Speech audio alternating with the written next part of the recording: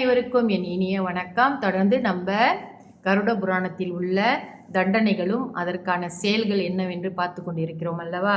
இன்று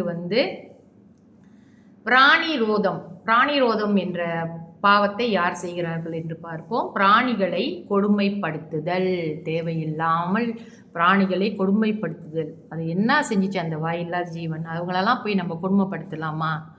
அப்போ இதை யோசிச்சு பாருங்கள். இதுக்கான தண்டனை கூர்மையான பானங்களை பாவிகள் மீது எய்து துன்புறுத்துவார்கள். பானங்கள் என்றால் அந்த ஈட்டி, அம்பு, இந்த மாதிரி ஜாமாவை இந்த நரகத்திலே இவர்களை குத்தி பார்த்து அவங்கள குத்துவாங்க, துன்பப்படுத்துவாங்க கூர்மையான ஆயுதங்களால்.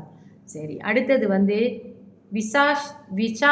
விஷானம் பசு கொடுமை செய்தல். இந்த பசு கொடுமைகள் செய்கிறது, கன்று போட்டுட்டா அந்த கன்று குட்டிக்கு பால் கொடுக்க விடாமல் அந்த பாலை கறந்து பணமாக்கி விற்கிறது. அது ஒரு பெரிய பாவம். எல்லாருக்கும் தெரியும், எல்லா மனுஷனுக்கும் தெரியும் இது பாவச் செயல் என்று.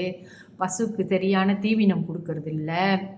அப்போ இப்படிப்பட்ட பாவங்கள், பசு வளர்க்குறவங்க ஆதாயத்தை மட்டும் பார்க்காம அந்த பசுக்கு தேவையான விஷயங்களும் செய்யணும். அது உடல் சரியில்லாமல் போனால் அதுக்கு தேவையான வைத்தியங்களும் எடுத்துக்கொள்ள வேண்டும். அதை மறந்துடாதீங்க. இந்த பாவிகளுக்கு யம தூதர்கள் சவுக்கடி கொடுத்து துன்புறுத்துவார்களாம். அதனால் இந்த பசுக்களை அடிக்கிறது, இந்த குதிரையை அடித்து வேலை வாங்கிறது, கழுதையை அடித்தடித்து எந்த பிராணியை இருந்தாலும் அதை துன்புறுத்தாமல் இருப்பது நல்லது. அடுத்தபடியாக லாலாபட்சம்.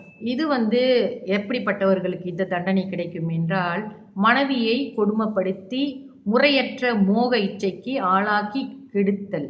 பாருங்க, மனைவி, அதாவது இங்கே கட்டிய மனைவியே அவங்கள ரொம்ப கஷ்டப்படுத்தக்கூடாது, மோக இச்சைக்கு அவங்கள ஆளாக்கி கொடுமைப்படுத்தக்கூடாது. இப்படிப்பட்ட பாவிகளை அதே முறையில் வதைக்கப்படுவார்கள். அதாவது இவர்கள் தன் மனைவியை இந்த காம விஷயத்தில் துன்பப்படுத்தினாங்களோ அதே மாதிரி இந்த லாலாபட்சம் என்ற இந்த நரகத்திற்கு போனவர்களுக்கு நிச்சயமாக அதே போல துன்பங்கள் நேரும்.